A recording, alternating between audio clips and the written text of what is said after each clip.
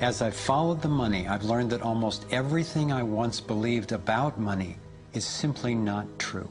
It's interesting how few questions we actually ask about very everyday things, like when we go into a bank and we ask for a loan of, say, $50,000, £50,000, what actually happens?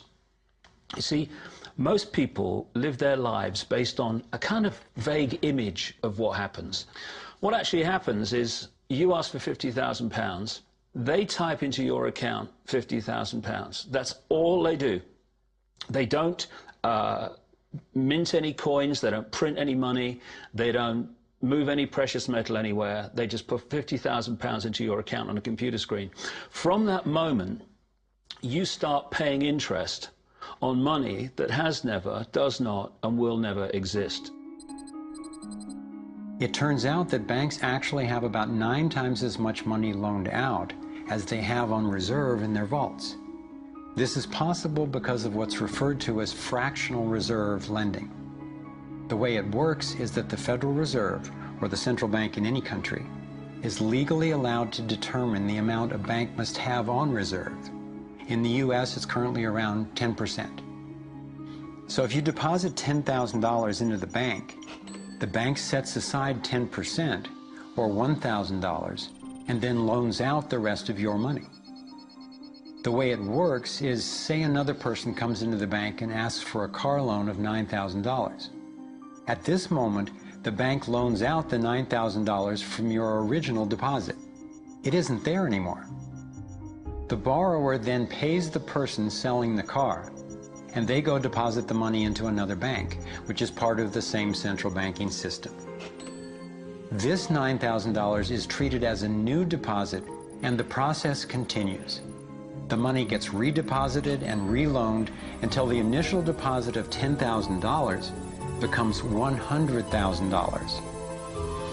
The banking system just created $90,000 by loaning out your money. Apparently it began with the goldsmiths in the 17th century, when people were trading in gold. Gold was heavy to carry around, so people stored the actual metal in vaults and traded receipts instead.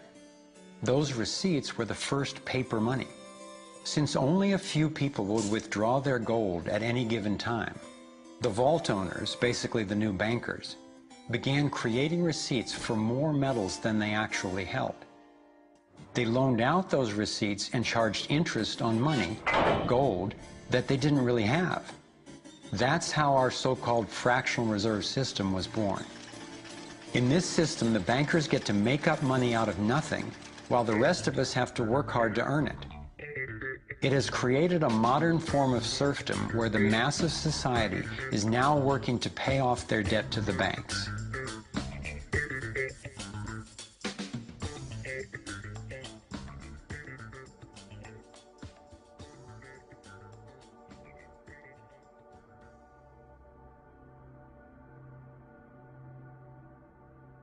Under this fractional reserve scheme, we inevitably become debt slaves to a ruling class of financial elite, not because they are better or smarter than anyone else, but because they have rigged the system to benefit themselves at the expense of most people on the planet.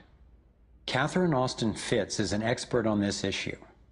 She was an Assistant Secretary of Housing and Urban Development under President George Bush Sr., and then an advisor to the Clinton administration. Let's set up a game of Monopoly and you want to buy Park Place. What I can continually do is just print money, give myself more money, lower the value of your money by printing more. No matter how hardworking you are or how successful you are, I can always end up buying you for free. So how come if you or I make up money, it's called counterfeiting, but if the banks do it, it's increasing the money supply? How did the banks get this power? This is Jekyll Island, where in 1910, representatives from the Rockefellers, Rothschilds, Morgans, and other private bankers gathered, secretly, to draft the legislation that would create the Federal Reserve. Ed Griffin literally wrote the book on what happened at Jekyll Island. Central banks are banking cartels which have gone into partnership with the respective governments in the countries where they operate. And they've been given monopolistic power over the creation of the nation's money supply. That's what the politicians handed to them as a gift, you might say, for the partnership. Now, in return, what do the bankers do for the politicians? They promise to create money out of nothing, now that they've got this legal power to do it anytime the government needs it. And since 2008, we've witnessed the greatest fake money printing run in recorded history. This financial sleight of hand disguises the costs, hides who's to blame, and leaves us as debt slaves working to pay off the bill. The proper relationship, what should be the proper relationship between a chairman of the Fed and a president of the United States? Well, first of all, the Federal Reserve is an independent agency, and that means basically that there is no other agency of government which can overrule actions that we take. There is no other agency of government which can overrule actions that we take. We have a private bank that prints money on behalf of the Treasury. The Federal Reserve prints money on a debt-based system which creates scarcity. But it puts a group of insiders in a position of having access to all the data about the economy when we don't. So you have a small group of bankers who understand the data on how the money works in the economy, and it gives them the ability to print money in a way that the insiders are protected and everybody else is drained. Catherine went on to compare a healthy economy to a vibrant torus, balanced, freely flowing, and energized throughout, in contrast to what's happening in our current economy. What you have is a system that's very dynamic, and it's trying to optimize. But intertwined in the core of it, you have a tapeworm. The way a tapeworm works in your body is it injects a chemical into your body that makes you crave what's good for the tapeworm and bad for you. You have a parasite that's very much manipulating and engorging itself at the expense of the whole. We live in a tapeworm economy where the financial elite are the tapeworm and they're feeding on us. And they don't like it when people blow their cover. After Catherine began exposing government corruption at the highest levels, the FBI raided her company and seized its assets. She was dragged through the courts for 10 years before being found innocent. So we've got the Federal Reserve, a privately owned corporation with a monopoly on creating money, but with no accountability, backed up by a government with a monopoly on force. The country got sold on the Fed as an institution that would help stabilize the economy and remain independent of politics. But in fact, in close to a century of existence, the Federal Reserve has done just the opposite. Since they took charge, we've been robbed through inflation, and the purchasing power of the dollar has declined more than 96%. And the wealth gap makes it clear most of the money is going to a very few.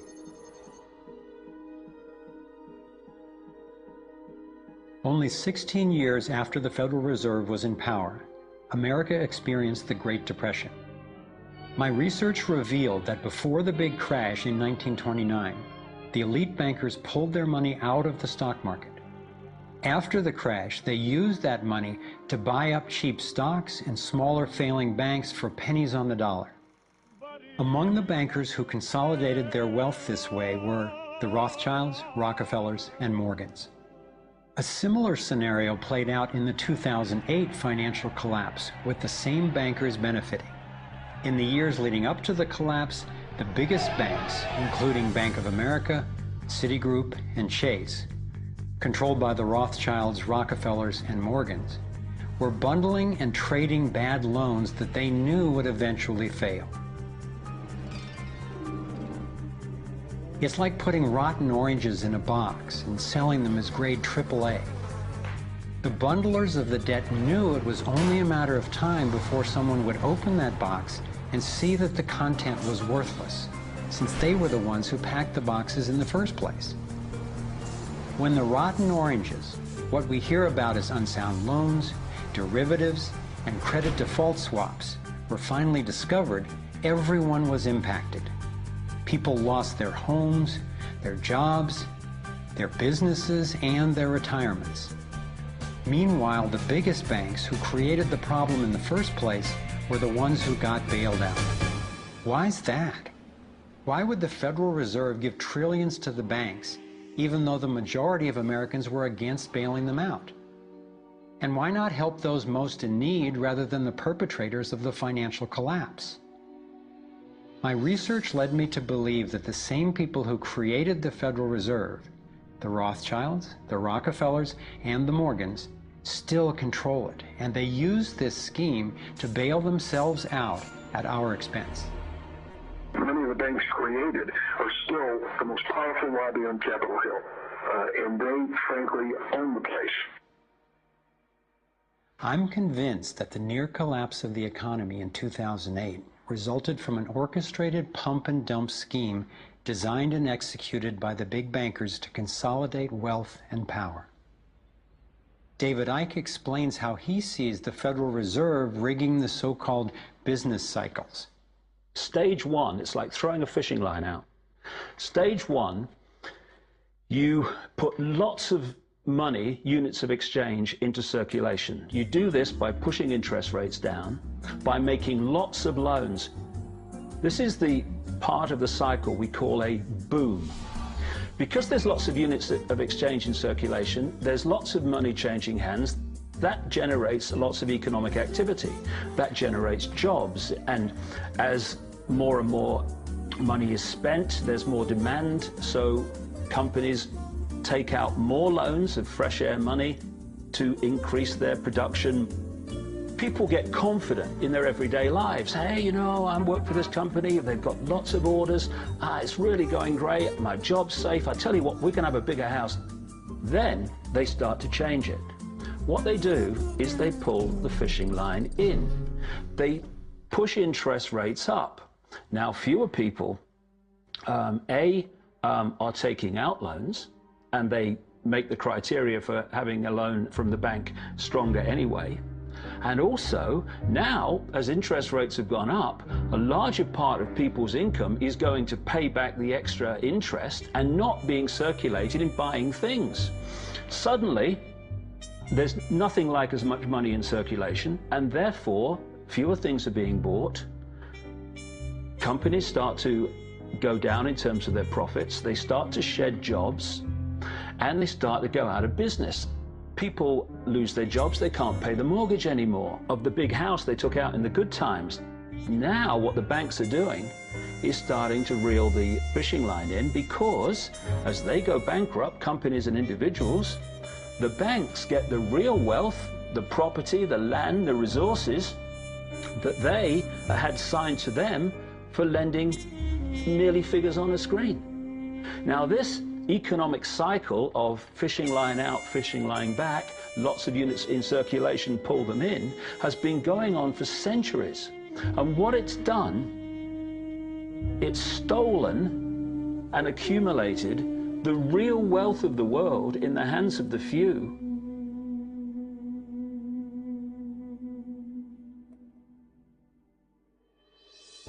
At the international level, central bankers use the World Bank and the International Monetary Fund to make more money while exploiting the resources of countries they lend to, bankrupting them in the process. The central bank of central banks is the Rothschild-created Bank for International Settlements. The elite are positioning themselves to control access to virtually everything we need to survive. No matter where you go in the world, the money is controlled by the banking system. They decide if people eat or if they don't eat. Who's a billionaire and who lives on less than $1 a day? He who controls the money controls the world, and a very few control the money.